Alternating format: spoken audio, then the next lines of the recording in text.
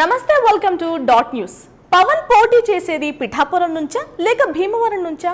ఈసారి గెలుపు కాదు, భారీ మెజారిటీ లక్ష్యంగా వ్యూహం రచిస్తున్నారు జనసేన వర్గాల నుంచి అందుతున్న సమాచారం ప్రకారం పవన్ కళ్యాణ్ పశ్చిమ గోదావరి నుంచి తూర్పు గోదావరికి షిఫ్ట్ అవ్వడం ఖాయంగా తెలుస్తోంది.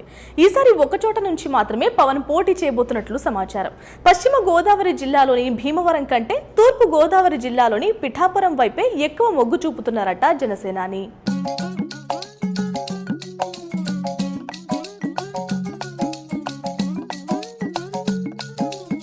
జగన్ను నువ్వెంత, నీ బతుకెంత, నీ స్థాయంత అని తిట్టిపోసిన జనసేన అధినేతకు పాపం 175 నియోజకవర్గాల్లో ఎక్కడ నుంచి పోటీ చేయాలో అర్థం కావడం లేదట.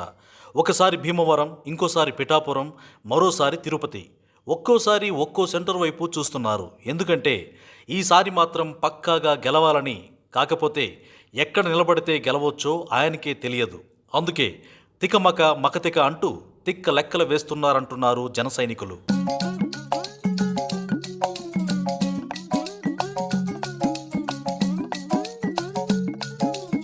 అయితే పిఠాపురంలో 90% ఓట్లు కాపు వర్గానివే. అందుకే పవన్ పిఠాపురంపైనే మనసు పారేసుకున్నట్లు పవన్ ఫ్యాన్స్ చెబుతున్నారు.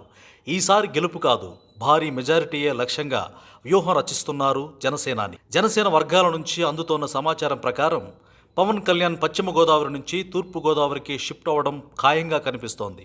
ఈసారి ఒక చోటు నుంచి మాత్రమే పవన్ పోటీ చేయనున్నట్లు తెలుస్తోంది. పశ్చిమ గోదావరి జిల్లాలోని భీమవరం కంటే తూర్పు గోదావరి జిల్లాలోని పిఠాపురం వైపే ఎక్కువ మొగ్గు చూపుతున్నారట పవన్ కళ్యాణ్.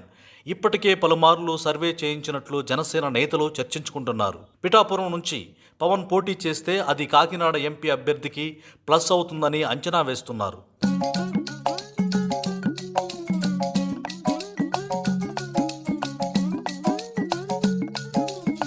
ప్రస్తుతం పిఠాపురం జనసేన ఇన్ఛార్జిగా ఉదయ్ శ్రీనివాస్ కొనసాగుతున్నారు.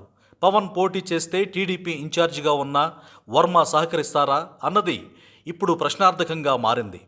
పవన్ పిఠాపురానికి మారితే మరి భీమవరం అభ్యర్థి ఎవరు? భీమవరం సీటు జనసేన ఖాతాలోనే ఉంటుందా?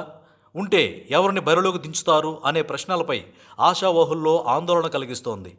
పవన్ పిఠాపురం నుంచి పోటీ చేస్తారో లేదో ఇంకా అధికారిక ప్రకటన రానేలేదు. కానీ భీమవరం టికెట్ కోసం అప్పుడే జనసేనలో రేసు మొదలైంది. గత ఎన్నికల్లో టీడీపీ నుంచి పోటీ చేసి ఓడిపోయిన పులపర్తి రామాంజనేయులు జనసేన టికెట్ కోసం ప్రయత్నిస్తున్నారు. త్వరగా క్లారిటీ ఇవ్వవయ్యా పవను.